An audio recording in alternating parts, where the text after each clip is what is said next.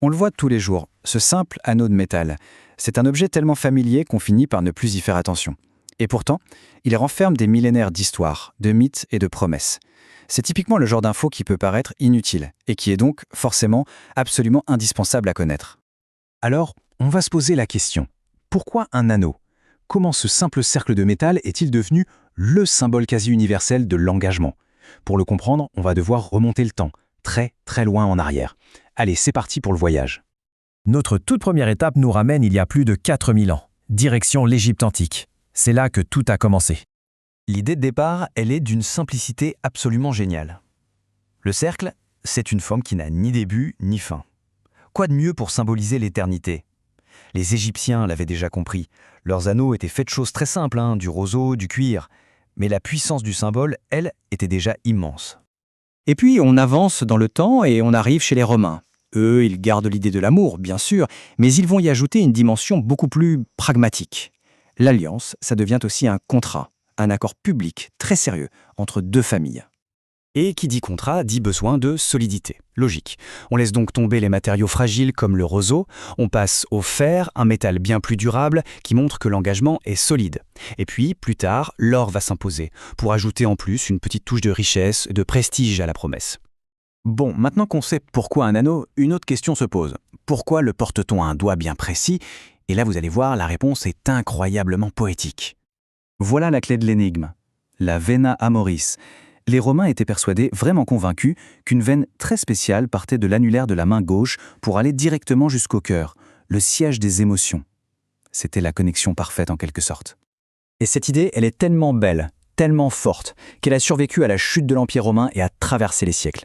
C'est grâce à cette légende que dans plein de cultures aujourd'hui encore, on met l'alliance à la main gauche. Parce que oui, il faut quand même le préciser, c'est une magnifique histoire, mais d'un point de vue anatomique, c'est complètement faux. Cette fameuse veine de l'amour n'existe pas.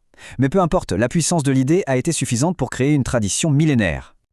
Bien plus tard, le christianisme va reprendre à son compte ce symbole païen et lui donner une nouvelle dimension, sacrée cette fois.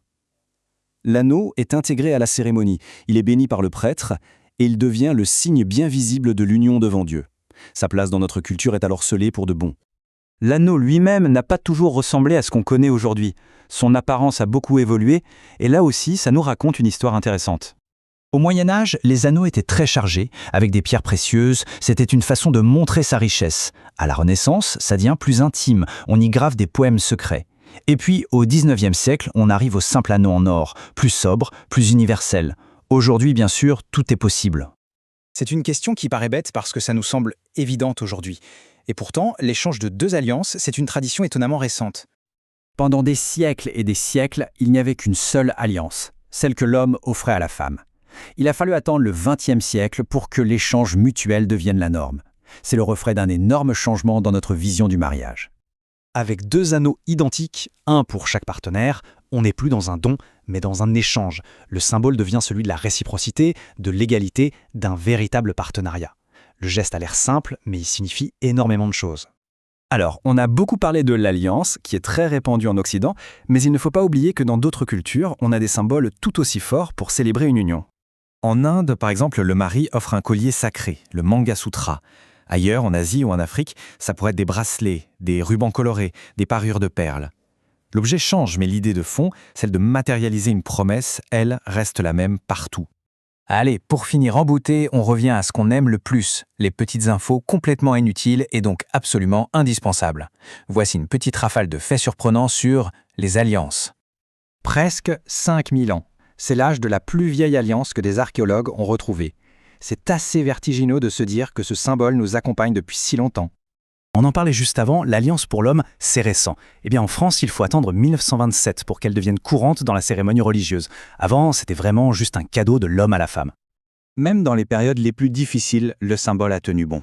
Pendant la Seconde Guerre mondiale, on faisait des alliances en acier, faute de mieux. Et pour la petite histoire, l'envie de graver un message secret à l'intérieur, ce n'est pas nouveau, ça date déjà du Moyen-Âge. Et juste pour mesurer le chemin parcouru, on est parti d'un anneau en roseau tressé par les Égyptiens pour arriver à l'alliance de Beyoncé estimée à 5 millions de dollars. Le symbole est le même, mais on va dire que l'échelle a un tout petit peu changé. Voilà comment un objet aussi simple, aussi banal en apparence, est en fait une véritable capsule temporelle. Il porte en lui les croyances égyptiennes, les lois romaines, les rituels religieux et même les grandes évolutions sociales du XXe siècle. C'est fou quand on y pense. Alors, la prochaine fois que notre regard se posera sur une alliance, à quelle histoire pensera-t-on en premier? À la fameuse veine de l'amour des Romains, au contrat en bonne et due forme, ou tout simplement au petit anneau de roseau tressé au bord du Nil? À bientôt pour une prochaine info.